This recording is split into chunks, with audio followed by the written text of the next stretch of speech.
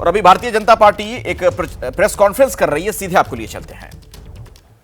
जो शायद भारत पाकिस्तान युद्ध में पाकिस्तान ने भी भारत पे आरोप नहीं लगाए कि हमने उनकी नदियों में जहर मिला दिया है, मगर ये सर्जिकल स्ट्राइक का सबूत मांगने वालों ने देश के अंदर एक प्रदेश और दूसरे प्रदेश के बीच में इस प्रकार का आरोप लगाने का जो काम किया है, मेरे विचार से दिल्ली की जनता के मान सम्मान और स्वाभिमान के ऊपर भी इस बात का पूरा प्रभाव पड़ता है। केंद्र सरकार ने 8,500 करोड़ रुपए इस सफाई के मद में दिए थे और उसको उपयोग न करके दुष्प्रचार करने के द्वारा जो वो भ्रम पैदा करने का प्रयास कर रहे हैं, मुझे लगता है दिल्ली की प्रबुद्ध जनता उसे भली भांति समझती है। और यह बात अब सिर्फ पानी की नहीं रह गई है। पानी का एक अर्थ होता ना जल, पीने वाला पानी, और दूसरा होता पानी मतलब आपका मान सम्मान, योर प्राइड एंड प्रेस्टीज।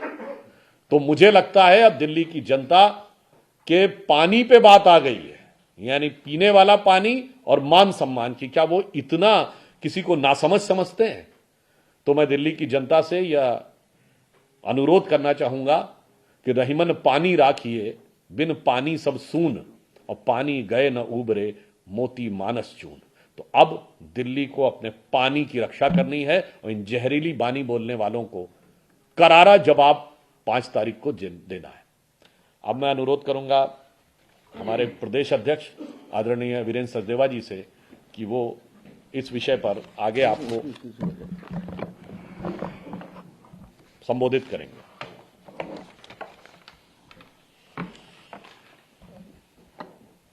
धन्यवाद सुधांशु जी। दोस्तों, अभी विस्तार से सुधांशु जी ने दोनों दलों का चरित्र बताया है। मैं अभी बात कर ही रहा था, जब मैंने कहा जब इतना खुल ही रहे हैं तो दोनों को थोड़ा और खुलना चाहिए। अरविंद केजरीवाल ने जहां से राजनीति शुरू की थी, उन भ्रष्टाचार के केसेस को भी आज उठाना चाहिए। वो शीला दीक्षित के 22 AC की बात करनी चाहिए, कॉमनवेल्थ घोटाले की बात करनी चाहिए, जिससे उन्होंने अपनी राजनीति को परवान चढ़ाया। और थोड़ा सा खुलते तो और जीजा जी पे भी बात कर सकते थे, जब भ्रष्टाचार की बात कर ही रहे हैं।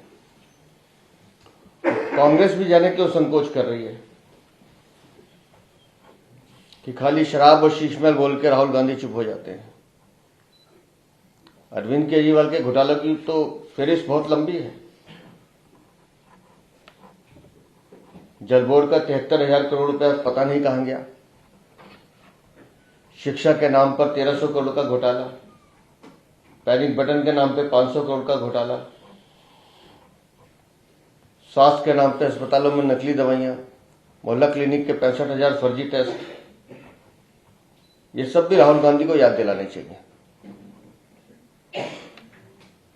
लेकिन दोनों अपनी अपनी सुविधा की राजनीति खेल रहे हैं और दिल्ली की जनता इस बात को स्पष्ट रूप से समझती है कि दोनों दल एक ही भ्रष्ट सिक्के के 2 पहलू हैं, जो शाम होते होते गले भी लग जाए तो कोई अचरज नहीं होना चाहिए। और दिल्ली की जनता समझदार है, वो जानती है कि पिछले 26-27 सालों में दिल्ली को लूटने का काम कांग्रेस और आम आदमी पार्टी ने मिलकर किया है। और 5 फरवरी को होने वाले चुनाव के लिए मैं विशेष रूप से जनता से अपील करता हूं कि अब इन भ्रष्टाचारी दलों से निजात पानी जरूरी है, क्योंकि दिल्ली को विकास चाहिए। दिल्ली को एक ऐसी दिल्ली बनाना है जहां माननीय प्रधानमंत्री जी का नेतृत्व उसको बढ़ाने का काम करेगा, जहां पूरे देश में माननीय प्रधानमंत्री को हम लगातार विकास करते हुए देख रहे हैं, तो दिल्ली उससे अछूती क्यों रहे। दिल्ली में विकास के काम रोकने वालों को अब दिल्ली से बाहर करने का समय आ गया है।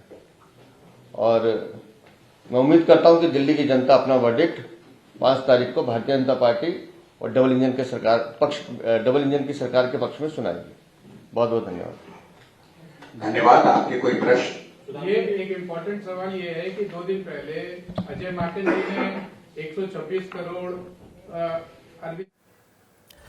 तो भारतीय जनता पार्टी की ये प्रेस कॉन्फ्रेंस और जो आम आदमी पार्टी की तरफ से यमुना में जहर घोलने के आरोप लगाए गए थे, उस पर करारा जवाब दिया गया।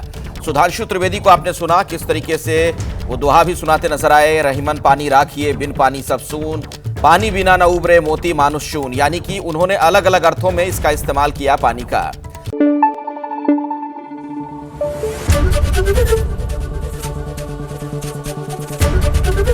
एबीपी न्यूज आपको रखे आगे।